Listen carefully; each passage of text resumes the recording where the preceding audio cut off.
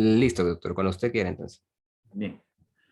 Bien, buenos días, buenas tardes, buenas noches a todos y cada uno de ustedes, abogados, juristas en general, que se dedican, ¿verdad?, al estudio de esta materia y que siguen de cerca cada uno de los eventos que se desarrollan para materializar el desarrollo del derecho de sus distintas ramas.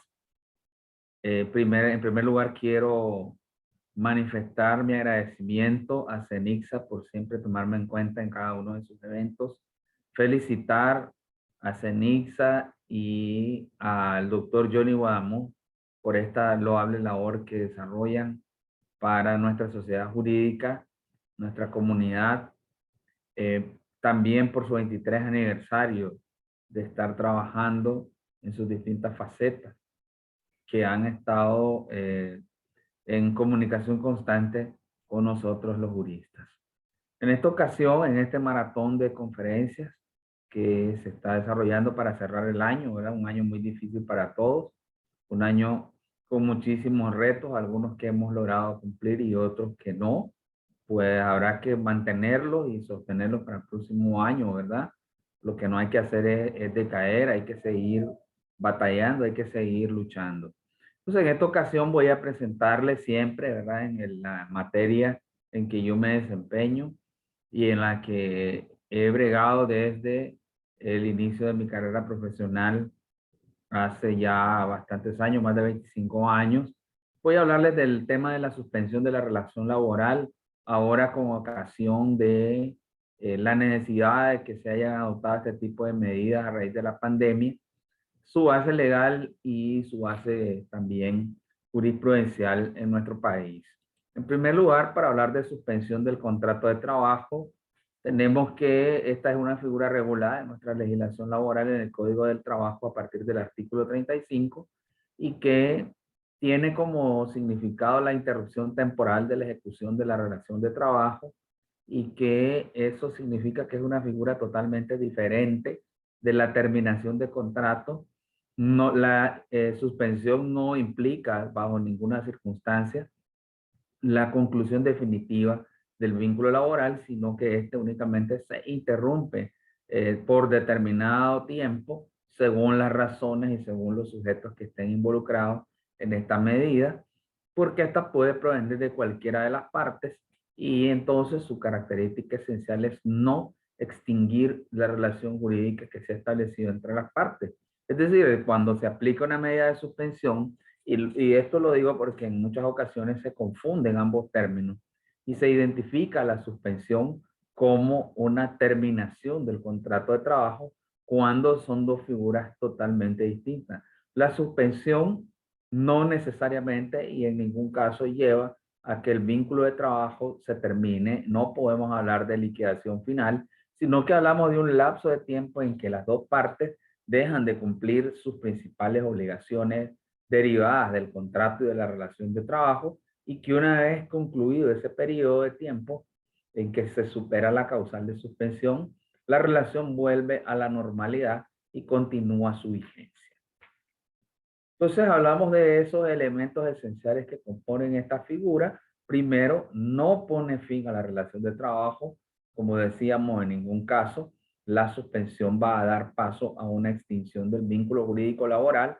En segundo lugar, suspende las principales obligaciones que tienen las partes.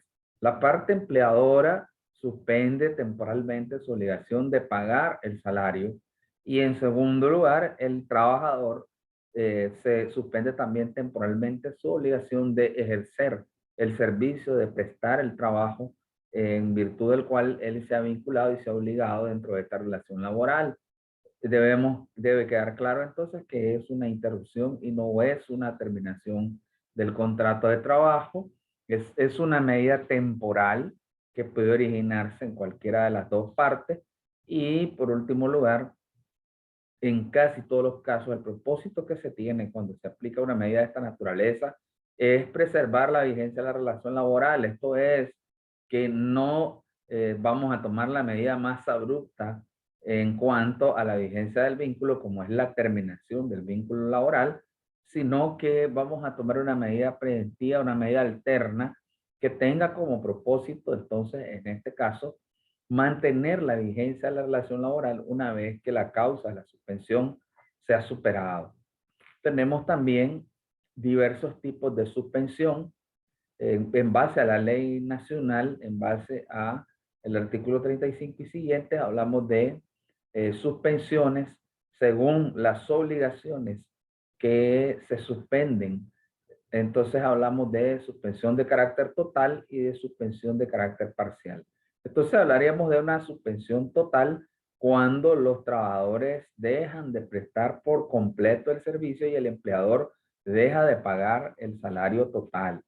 Y hablamos de una suspensión parcial cuando entonces tenemos en presencia que la parte trabajadora no es que deja definitivamente de prestar el servicio, sino que lo hace quizás en ciertas horas, en ciertos momentos, en cierto nivel, y el empleador va a pagar parcialmente también el salario en razón de la magnitud del servicio que se está prestando.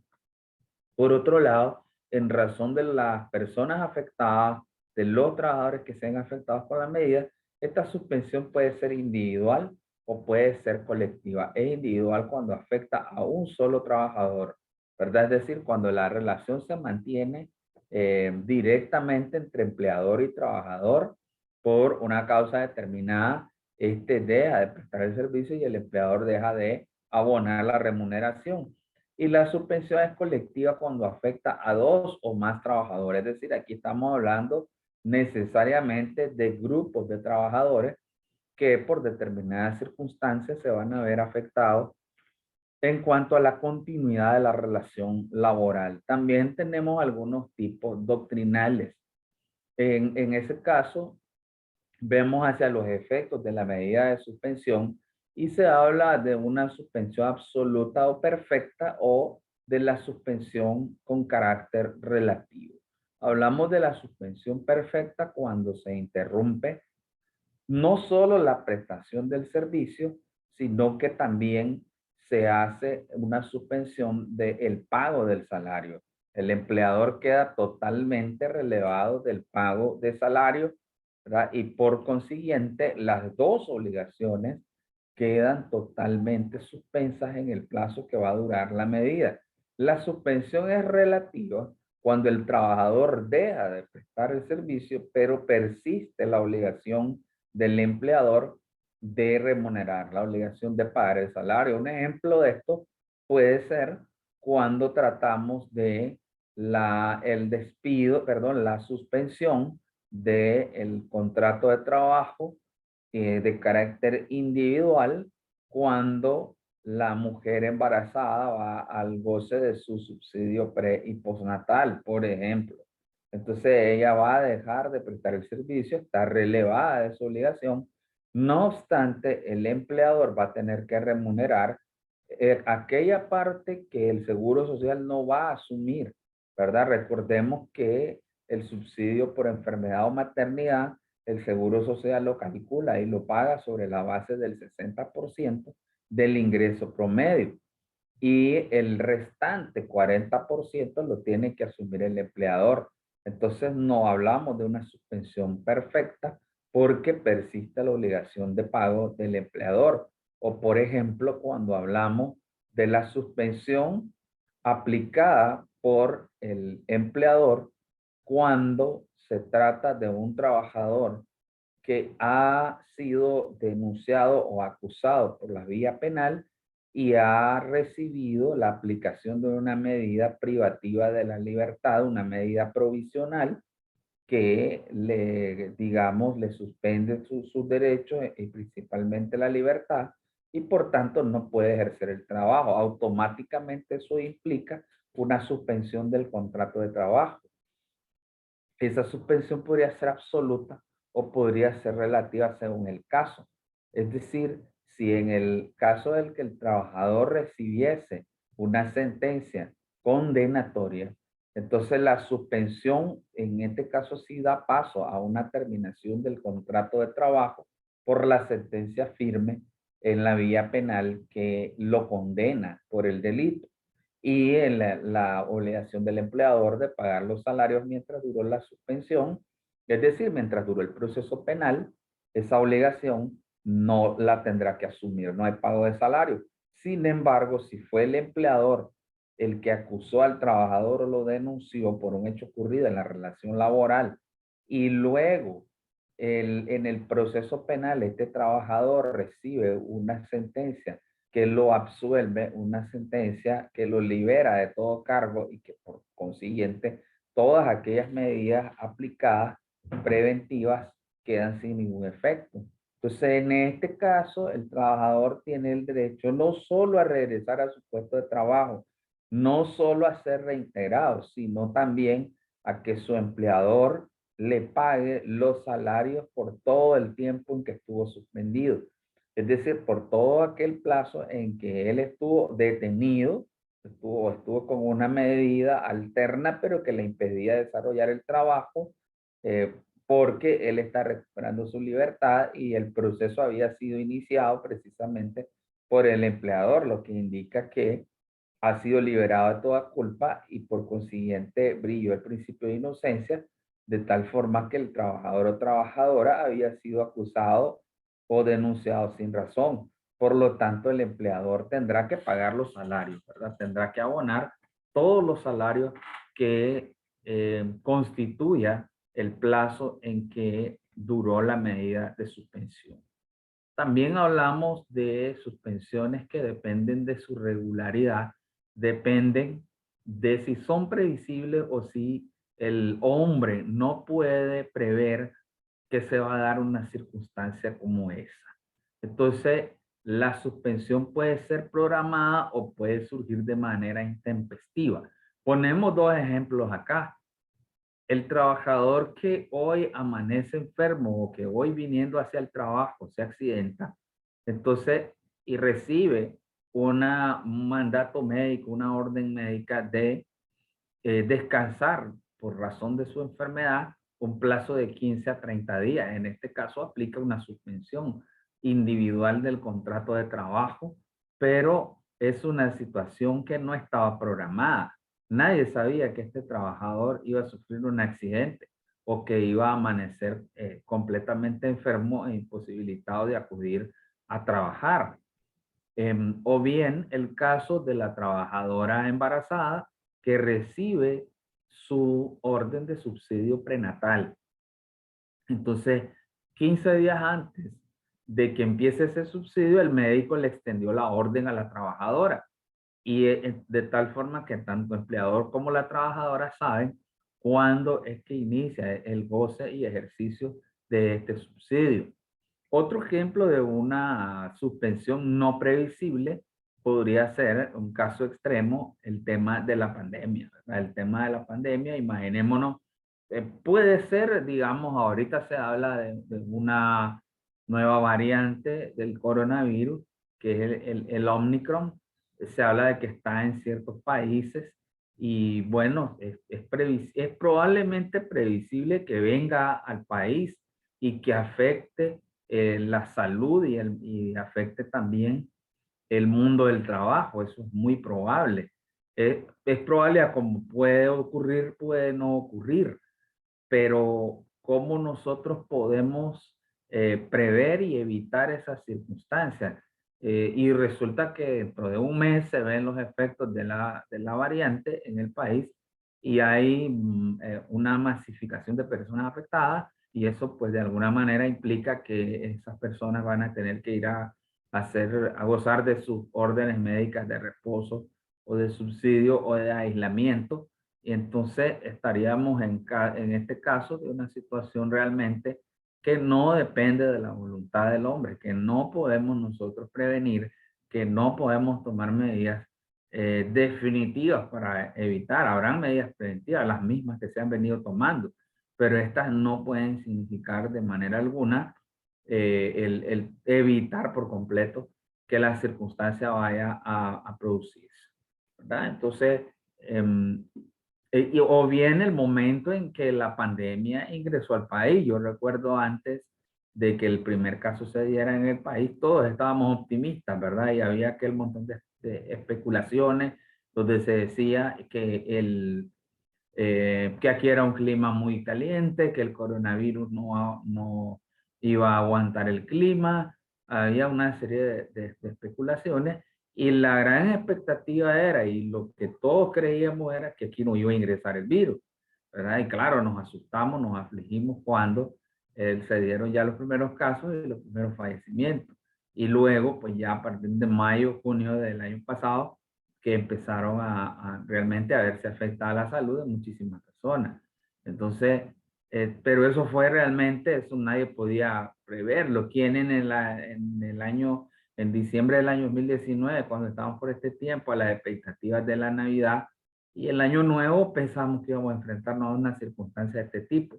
Nadie, ¿verdad? Nadie, y el resultado obviamente se dio, y esto afectó el mundo de trabajo, ¿no? Afectó porque mucha gente dejó de asistir al trabajo, y eso ha venido ocurriendo en todos los momentos en que han habido, ¿verdad? Estas olas de contagio que nos han venido a afectar y que evidentemente pues han necesitado que se tomen medidas en los centros de trabajo.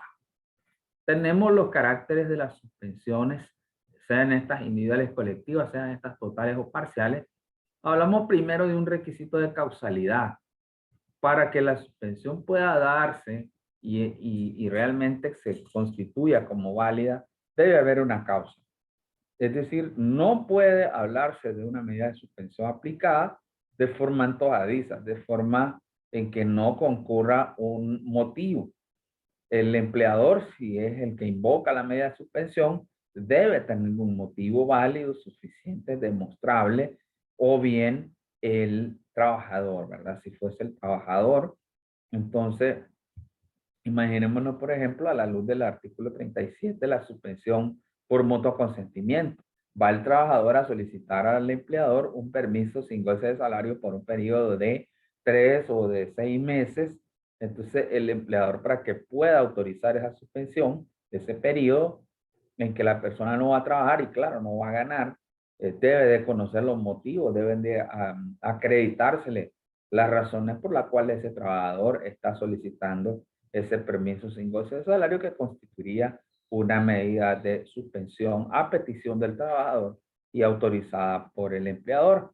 Entonces, si el motivo no existe, si la parte, sea empleadora o sea trabajadora, que está promoviendo la suspensión, no tiene una justificación válida, no tiene una causal, no solo de las establecidas en la ley, sino que materialmente no puede evidenciarla, entonces hablamos acá realmente de una violación a las reglas del contrato de trabajo, de una violación a la relación laboral, y que por lo tanto esto conllevaría una determinada aplicación de consecuencias jurídicas, ¿verdad?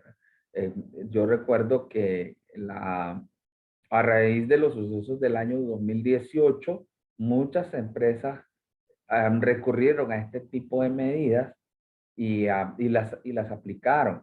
Muchas con causas válidas, otras no tan válidas. Otras no tuvieron realmente motivos razonables para aplicarla. Y vimos, por ejemplo, que muchos centros de trabajo vieron estas circunstancias como la oportunidad para librarse de muchos trabajadores. Y no solo eso, sino que recargar las funciones que estaba haciendo estos trabajadores despedidos, y hacerlas recaer en las personas que se quedaron. Por ejemplo, áreas donde habían 10 trabajadores, se quedaron 5, pero eso no significó que iban a quedar haciendo las mismas funciones los 5 que se quedaron. Al contrario, esos 5 se quedaron llevando a cabo las funciones que tenían los 5 que se fueron. Eso implicó aumento de funciones. Esas son circunstancias que perfectamente podrían considerarse como violaciones contractuales, como modificaciones sustanciales a las condiciones de trabajo.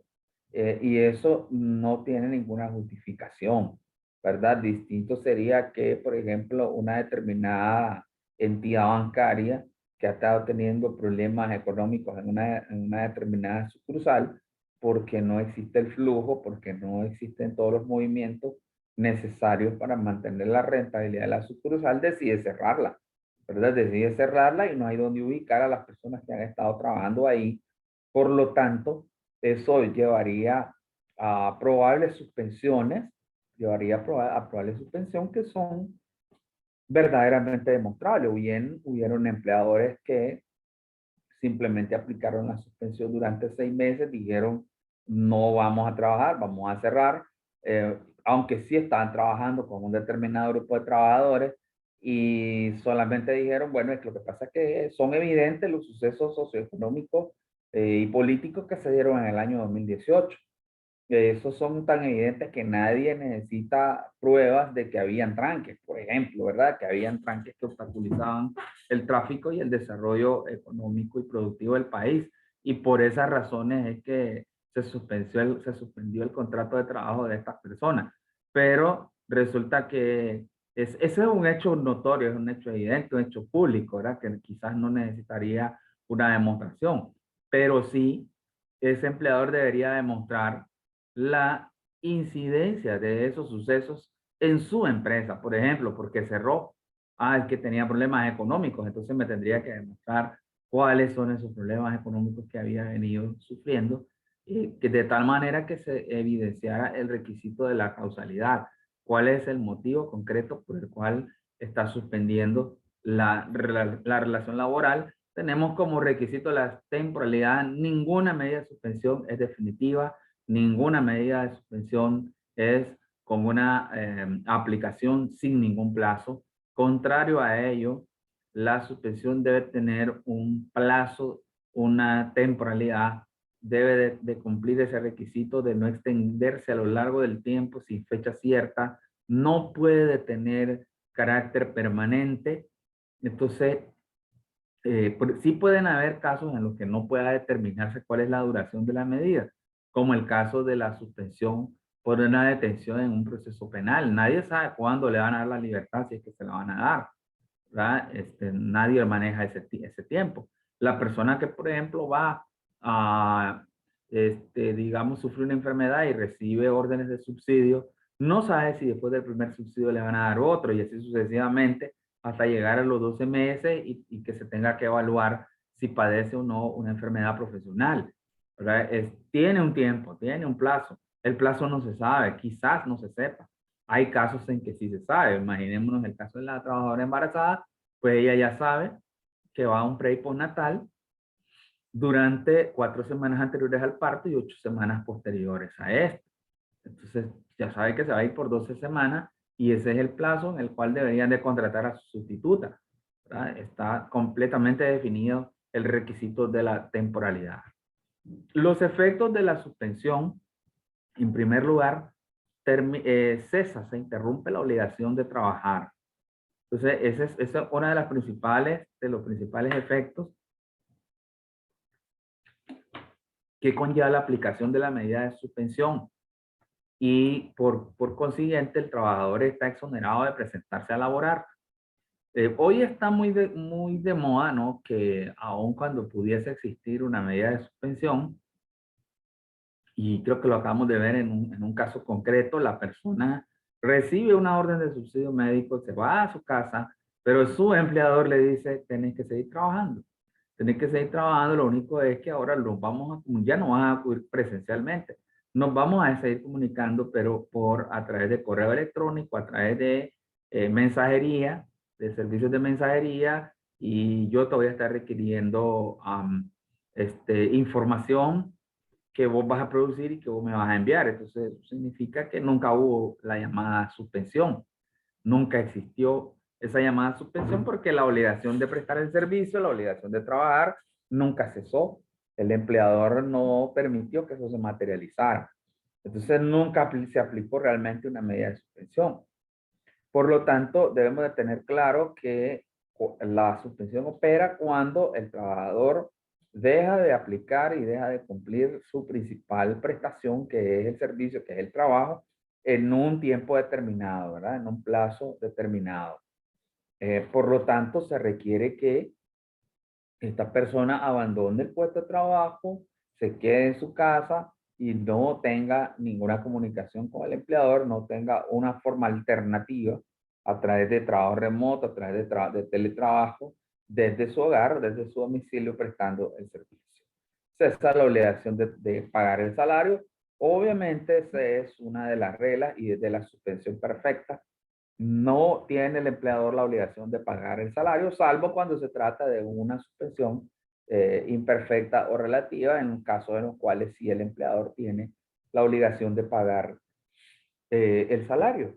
Entonces, yo no trabajo, acá es algo correlativo, yo no tengo la obligación de trabajar y el empleador no tiene la obligación de pagar el salario. ¿Qué pasa cuando la persona se va de subsidio por enfermedad? El que asume el salario es el Seguro Social a través de un subsidio, ¿verdad? Y que como sabemos, pues no es un salario que se paga en el 100%, sino en el 60% que es asumido por el Seguro Social en cuanto al valor de los días de subsidio que va a gozar el trabajador o trabajadora. La subsistencia del contenido ético es una tercera, digamos, un tercer efecto de las suspensiones. Acá estamos hablando de los deberes de lealtad, los deberes de buena fe, de respeto, los deberes de la sumisión que tienen las dos partes a el respeto recíproco. Entonces, eso permanece completamente vigente. Imagínense un caso en el que la persona va de subsidio o se le aplica una medida de suspensión colectiva a un grupo de trabajadores y uno de estos decide que en ese lapso de la interrupción él va a ir a trabajar a una empresa de la competencia y va y no solo va a trabajar, sino que lleva la información, los secretos, todo aquello que él conoció mientras ha estado trabajando para este empleador y ahora va sin más ni más a ponerlo al servicio de manera desleal, lo va a poner al servicio de ese nuevo empleador, ¿verdad? Eso implicaría una cuestión que conllevaría ciertas responsabilidades según lo que hayan pactado las partes, ¿verdad? Según lo que las partes tengan establecido en los contratos de trabajo o en adenda a los mismos. En los lapsos de suspensión no se acumulan prestaciones sociales, esa es la regla general, pero sí se acumula antigüedad, ¿verdad? Es decir, las prestaciones laborales se acumulan por tiempo de efectivo trabajo, pero como la relación laboral permanece vigente, como la relación laboral, lo que ocurre acá es que se interrumpe, entonces la antigüedad se continúa generando, ¿verdad? No hablamos acá de que ese lapso no cuente para el cómputo de la antigüedad. La reserva de puesto también es una consecuencia porque la persona que está suspendida no está despedida y por consiguiente el empleador está obligado a devolver ese puesto de trabajo nomás cese la causal de suspensión que se ha estado aplicando. ¿Verdad? Esa persona, la mujer trabajadora, la mujer que ha pasado su proceso de maternidad y que va a gozar del subsidio postnatal, entonces debe saberse que esa persona tiene reservado su puesto y que una vez que regrese al trabajo, entonces el empleador está obligado a darle nuevamente ese puesto de trabajo y si no lo hiciere, pues entonces el trabajador tendrá el derecho a demandar su reintegro, ¿verdad? A demandar su reintegro y obviamente a tratar de demostrar cuáles son esas causales por las cuales está demandando ese reintegro. Otra de las consecuencias es la continuidad en la afiliación a la seguridad social. El hecho que se aplique una suspensión no significa que el empleador en ese lapso no deba cumplir con sus obligaciones de seguridad social. La persona sigue afiliada, la persona mantiene el goce y ejercicio de todos y cada uno de sus derechos que emanan de la seguridad social, principalmente aquellos que tienen que ver con el tema de la salud, el tema de las medicinas. Por lo tanto, no es una justificación que el estar en un periodo de suspensión, al estar en ese periodo, se considere que está cesante, se considere que el Seguro Social no tiene obligaciones que cumplirle, o bien que el empleador también no tenga que cumplir sus obligaciones en materia de seguridad social. Bien. ¿Qué causas tenemos de suspensión individual? Estas están contempladas en el artículo 37.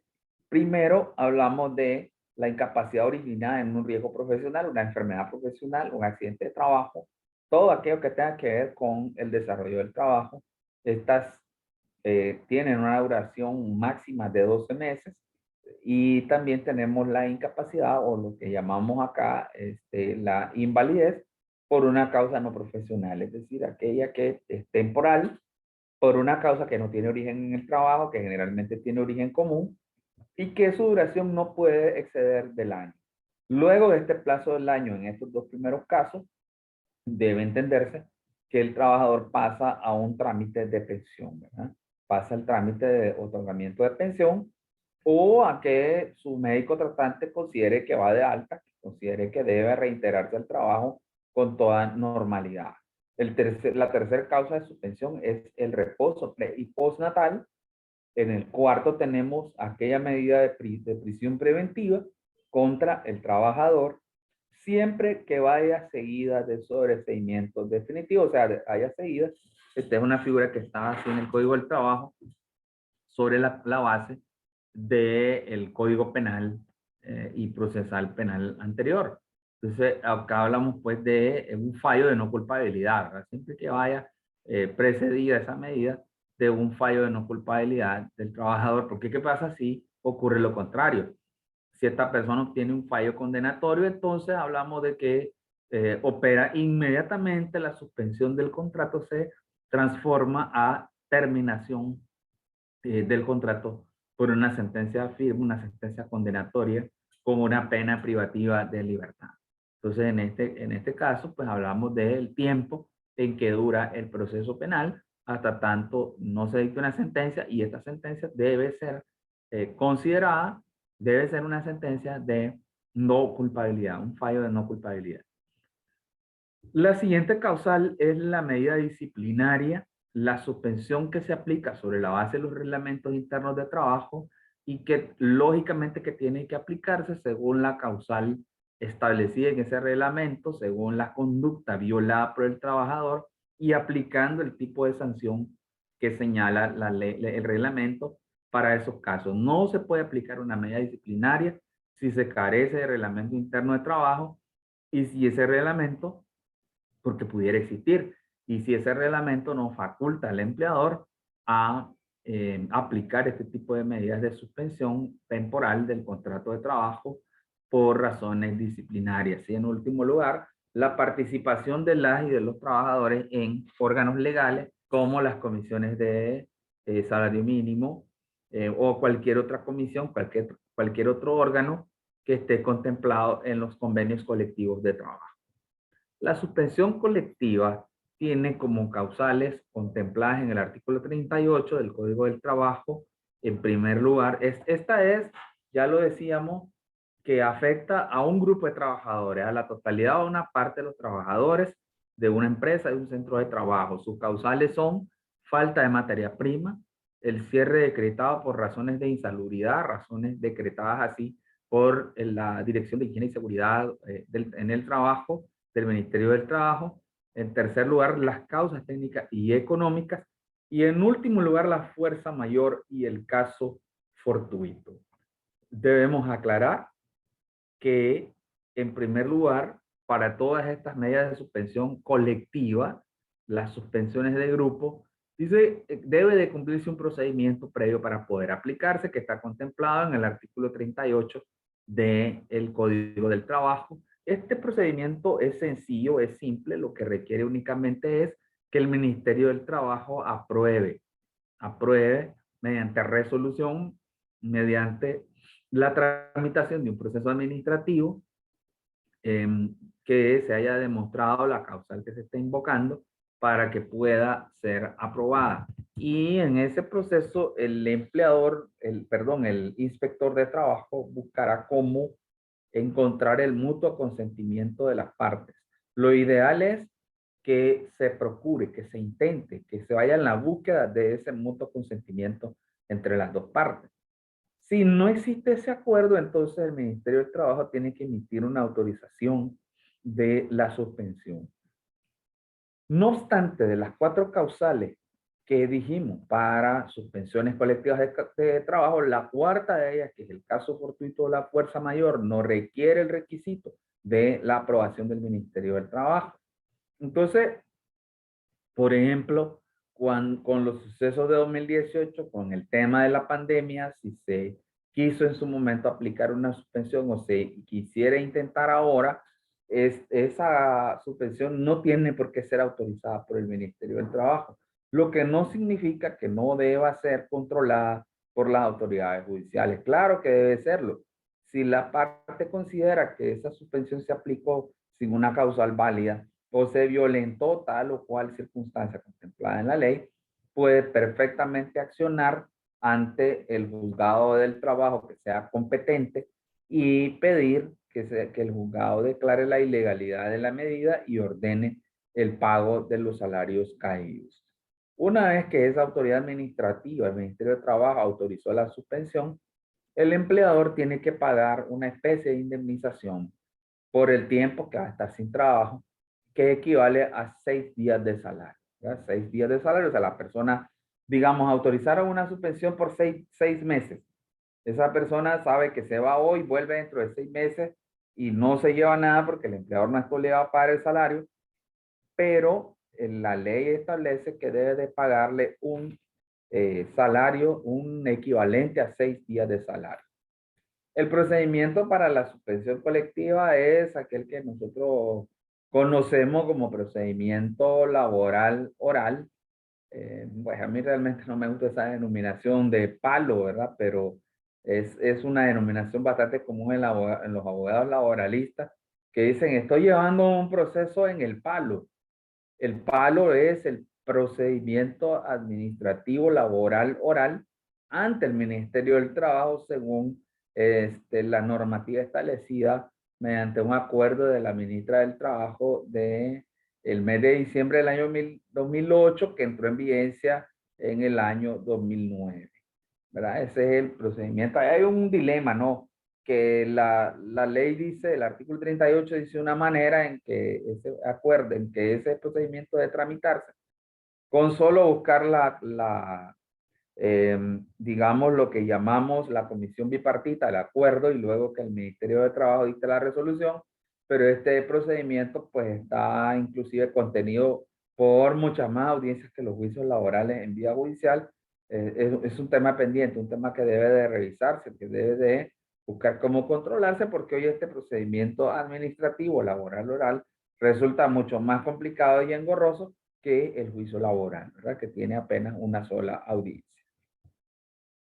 Cuando nosotros hablamos de suspensión colectiva, también nos circunscribimos a otra modalidad de suspensión, que es el ejercicio del derecho a la huelga, regulado en el artículo 244 del Código del Trabajo. El mismo artículo, cuando define la huelga, claramente hace alusión a una suspensión colectiva y dice que la huelga es la suspensión colectiva del trabajo acordada mayoritariamente y realizada en forma voluntaria por los trabajadores.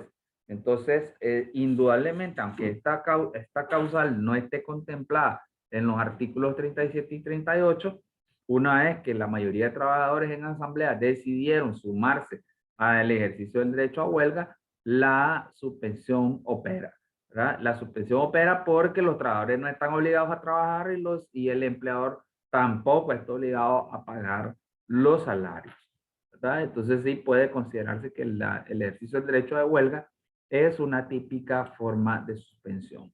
Luego tenemos el caso fortuito y la fuerza mayor. Podemos decir respecto a la concepción de estas circunstancias excepcionales que se dan en el cumplimiento de los diversos contratos, que había una diferenciación antigua y que está contemplada así en nuestra ley civil, donde se decía que el caso fortuito proviene de algo distinto al hombre, es decir, a la naturaleza. Y la fuerza mayor es un acto de autoridad o un acto desarrollado por un hombre, un acto desarrollado por la persona y por lo tanto son dos circunstancias que eximen del cumplimiento de obligaciones, pero que tienen su origen en distintas circunstancias, ¿verdad? Entonces, esa es, digamos, la diferencia que existe. El caso fortuito ese no viene del hombre, no interviene el hombre. Un terremoto, una inundación, el caso de la pandemia, ¿verdad? El caso de la pandemia no interviene ningún hombre para que eso se haya, no está demostrado, ¿verdad? Que haya intervenido un hombre para crear esta pandemia. O por ejemplo, el caso de los sucesos de 2018, ¿qué podría considerarse? Fuerza mayor. Fuerza mayor porque hay actos imperativos de autoridad y también hay actos desarrollados por el hombre que son los que vienen a dar razón o a dar el pase a que se apliquen este tipo de medidas. En este caso, el de la caso fortuito y fuerza mayor, acá lo interesante es determinar primero si hay responsabilidades, en segundo lugar, si hay obligación de que una de las partes tenga que responder, y la otra es cómo va a responder, ¿verdad? La forma, la modalidad en que tenga que responder.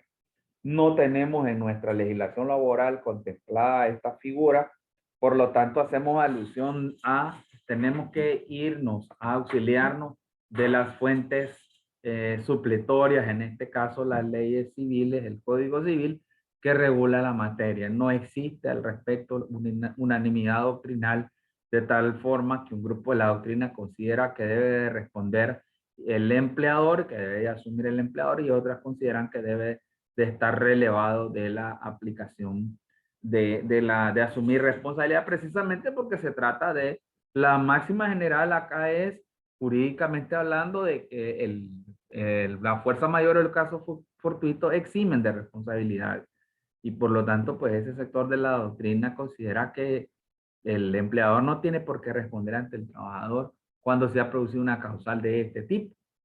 Ahora, este, también antes de este tipo de circunstancias, por ejemplo, cuando se está analizando una circunstancia de esta naturaleza, también se tiene que ver si el empleador agotó las posibilidades para poder evitar esa suspensión.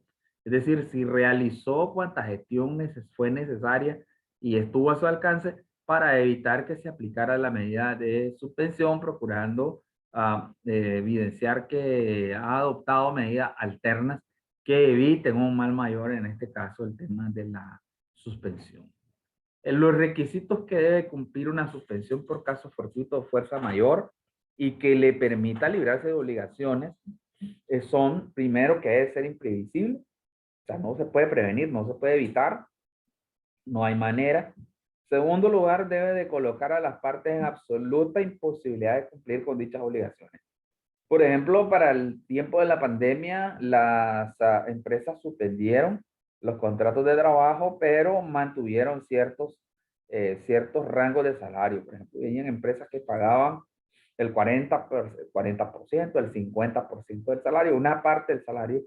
Si hablamos de que era una medida de suspensión, no estaban obligados a pagarlo, pero claro, tenían posibilidades de hacerlo. Y además de saber que era una circunstancia tan grave en la que muchas personas no tenían los recursos suficientes para asumir la satisfacción de sus necesidades humanas. Entonces, muchos empleadores que tenían la posibilidad, aún no teniendo la obligación, procedieron a pagar los salarios en esos periodos. No puede ser definitiva, ¿verdad? No puede ser algo que se extienda a lo largo del tiempo. Su tendencia es que tiene que ser temporal, y una vez que esa causal se termina, entonces tiene que reanudarse el ejercicio, el desarrollo del trabajo, ¿verdad? Normalmente a cómo se venía desarrollando. Tenemos algunas novedades a nivel internacional.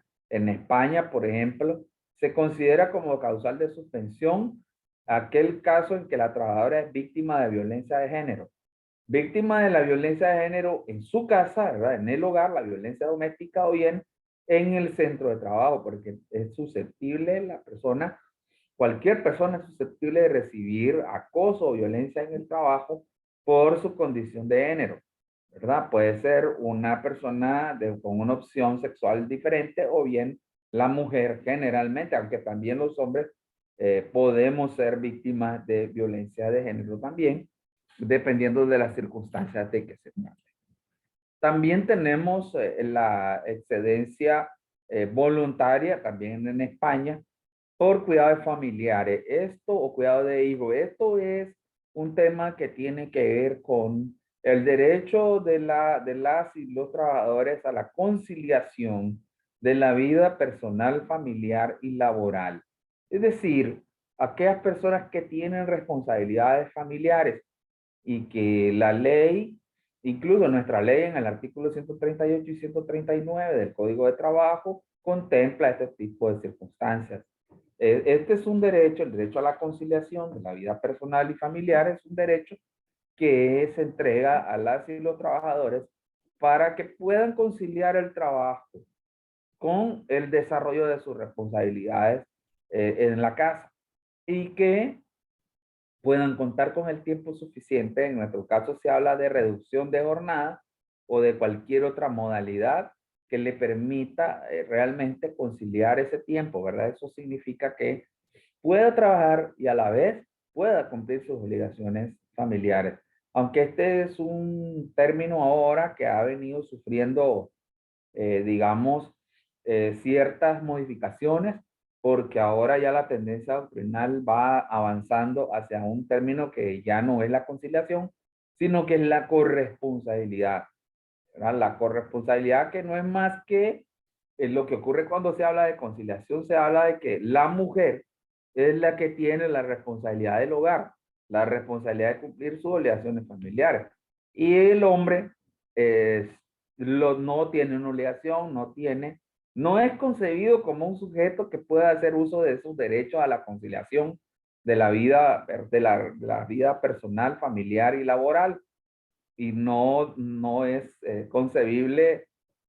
Imaginémonos a qué puede pasar en un centro de trabajo cuando alguien eh, que es criticado dentro de la empresa porque va y dice: quiero que me den un permiso para llevar al centro de salud a mi hijo, para llevar a vacunar a mi hijo. Y lo primero que los prejuicios dirán es: ¿y por qué no lo llevó su mamá? ¿Por qué lo tiene que llevar usted? Porque está normalizado que las responsabilidades familiares están a cargo de las mujeres. Entonces el concepto ahora ha evolucionado mucho y se habla ahora de corresponsabilidad, en base al cual las responsabilidades familiares deben de ser compartidas entre hombres y mujeres para una mayor armonía, no solamente en el caso del hogar, sino también en el trabajo, porque demostrado está en numerosos estudios que cuando hay violencia de género dentro de la casa, cuando hay acoso dentro de la casa, entonces eso se refleja en el trabajo. Eso va notoriamente a evidenciarse en el desarrollo del trabajo, porque la persona que la sufre pues va a presentar consecuencias, y esas consecuencias se ven reflejadas en el desarrollo del trabajo. Vamos a presentar algunos criterios jurisprudenciales sobre la temática que se han venido sentando a lo largo de la existencia del Tribunal Laboral. En primer lugar, la suspensión sin goce de salario, que se aplica sin un reglamento interno dentro de la empresa. Les decía, para que pueda aplicarse una medida disciplinaria, esa tiene que estar previamente regulada en un reglamento interno de trabajo. Si eso no ocurre, la suspensión se considera ilegal y el empleador tiene que devolver a ese trabajador no solo el puesto de trabajo, sino también pagarle los salarios del tiempo en que se aplicó la medida de manera injustificada. Y también acá se aclara de que la suspensión no puede considerarse de carácter indefinida, tiene que ser temporal, porque si no estaríamos hablando de una medida de despido, de una medida de un despido encubierto, bajo la figura de la suspensión del contrato de trabajo, lo cual constituye una conducta completamente reprochable, una conducta que coloca en este caso al empleador fuera de las fronteras de la legalidad, es decir, que su medida se considera de carácter ilegal. Por otro lado, tenemos el caso en el que el empleador aplica una suspensión colectiva por una causa económica, por una causa de materia prima, por una causa técnica, o de cierre del centro de trabajo por razones de insalubridad, pero no cumple el requisito más importante, que es pedir autorización previa ante el Ministerio del Trabajo. Cualquier medida de este tipo que se aplique sin haber obtenido la autorización del Ministerio del Trabajo con anticipación es una medida de suspensión arbitraria, salvo el caso de casos fortuitos y fuerza mayor, que en cuyos casos no se necesita de autorización previa del Ministerio del Trabajo. Ahora, tenemos un caso en el que el caso planteado de la fuerza mayor o el caso fortuito. Está obligado el empleador a aplicar, antes de aplicar la medida, ir al Ministerio del Trabajo y pedir que el Ministerio del Trabajo autorice la suspensión colectiva. No es necesaria porque el artículo 38 del Código de Trabajo resulta sumamente claro, resulta ser diáfanamente claro en su contenido al decir que en este tipo de casos no se necesita permiso del Ministerio de Trabajo, por lo tanto no tendría por qué exigírsele algo de lo cual la ley lo exonera. Por otro lado, tenemos un caso resuelto mediante la sentencia 316-2019, en la cual se aplicó una medida de suspensión colectiva de trabajo y en esta la sentencia ha dejado en claro que no se genera el pago de prestaciones sociales porque no ha habido efectivo trabajo. Dijimos hace un momento que las suspensiones colectivas de trabajo no dan pie a pagos de prestaciones sociales porque estas solo se generan por pago por trabajo efectivo. Es decir, y en este caso, pues, hay casos donde se considera que hay trabajo efectivo aunque realmente no se realice, pero ya están determinados en la ley. En estos casos de suspensiones colectivas, debe entenderse con claridad que al no prestarse el servicio tampoco se acumula pago de prestaciones sociales. Tenemos otro caso mediante la sentencia resuelta, la sentencia 717-2019. Este es un caso típico que se dio tras los sucesos del año 2018, en los cuales el empleador alegaba que por los efectos de ese fenómeno económico, social y político, él había tenido que cerrar temporalmente la empresa y que por esa razón pues no había pagado los salarios.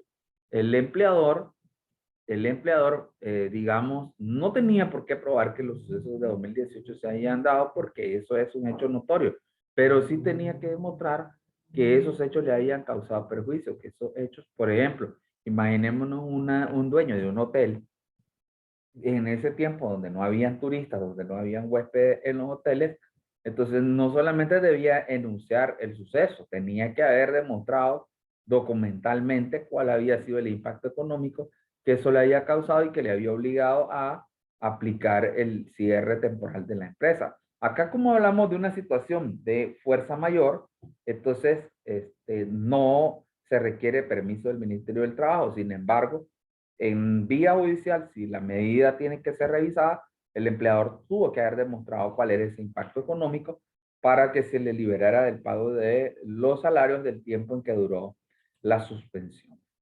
Bien, para ir tratando de concluir, ¿verdad? Hemos presentado ya un esbozo general de lo que ha sido la figura de la suspensión del contrato de trabajo y que, como decimos, reviste singular importancia en estos tiempos en que de alguna manera, por razones tecnológicas, por razones económicas y sociales, por razones de carácter técnico o ya por último por casos fortuitos o fuerza mayor, las labores deban suspenderse en el caso de, ya sea de carácter individual o sea de carácter colectivo. Entonces, en primer lugar, decimos que la suspensión del contrato de trabajo constituye una consecuencia clara del principio laboral, un principio fundamental del derecho de trabajo, como es la estabilidad.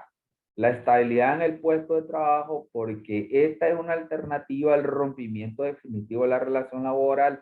El empleador toma la medida, decide no tomar la medida abrupta del despido y en sustitución de ella, decide mantener la continuidad del vínculo, pero aplicando una medida alterna como es la suspensión del contrato de trabajo. En segundo lugar, la suspensión por fuerza mayor o casos fortuitos debe de cumplir El requisito de ser imprevisible. Necesariamente debemos estar en presencia de situaciones que no se pueden prevenir, que no se pueden prever y que coloquen a las partes en la imposibilidad de cumplir sus obligaciones, y también esa situación no puede ser definitiva. Tiene que ser con un carácter temporal, es decir, pasajero, temporal. Ahora bien, la, como él tiene, el derivando de ese carácter pasajero, de ese carácter temporal que tiene la medida, la suspensión, una vez que la causa desaparece, y da paso a la continuidad de la prestación del servicio. Es decir, inmediatamente que cesa la causa, debe de reanudarse el ejercicio del trabajo, es decir, debe de darse por terminada la medida de suspensión del contrato. Ahora bien, en los casos en que se da con mayor frecuencia la suspensión, en la mayoría de esos casos, estas suspensiones aplican por voluntad de los empleadores. Son decisiones unilaterales, son decisiones empresariales, y que por lo tanto, al tratarse en un caso de que haya alguna divergencia entre las partes, al tratarse de un conflicto de carácter jurídico, entonces el control de legalidad de ese acto y de las consecuencias del mismo corresponde al Poder Judicial. Debe de ser realizado a través de los órganos del Poder Judicial, en este caso los juzgados del trabajo y de la seguridad social y del Tribunal Nacional Laboral de Apelaciones, para que de esa manera pueda llevarse a cabo la tutela de los derechos de los trabajadores, ¿verdad? Que hayan sido afectados con esa medida que, de aquí de que hablamos, de que el empleador como la decide unilateralmente, entonces eso puede conllevar a que haya restricción de algunos derechos. Y eso es a lo que debe estar vigilante la autoridad, en el caso del Ministerio de Trabajo, a través de la inspección, o las partes para iniciar su acción judicial, ¿verdad? Donde sí tiene todas las potestades las autoridades judiciales para llevar a cabo el control y la supervisión de la aplicación de estas normas. Con esto yo concluyo mi presentación. Agradezco nuevamente al doctor Johnny Guadamuz, a CENICSA por el espacio, por permitirme interactuar con la comunidad jurídica del país, y quedamos a las órdenes de ustedes por cualquier aclaración que se pueda hacer a sus preguntas que formulen vía chat. Muchas gracias.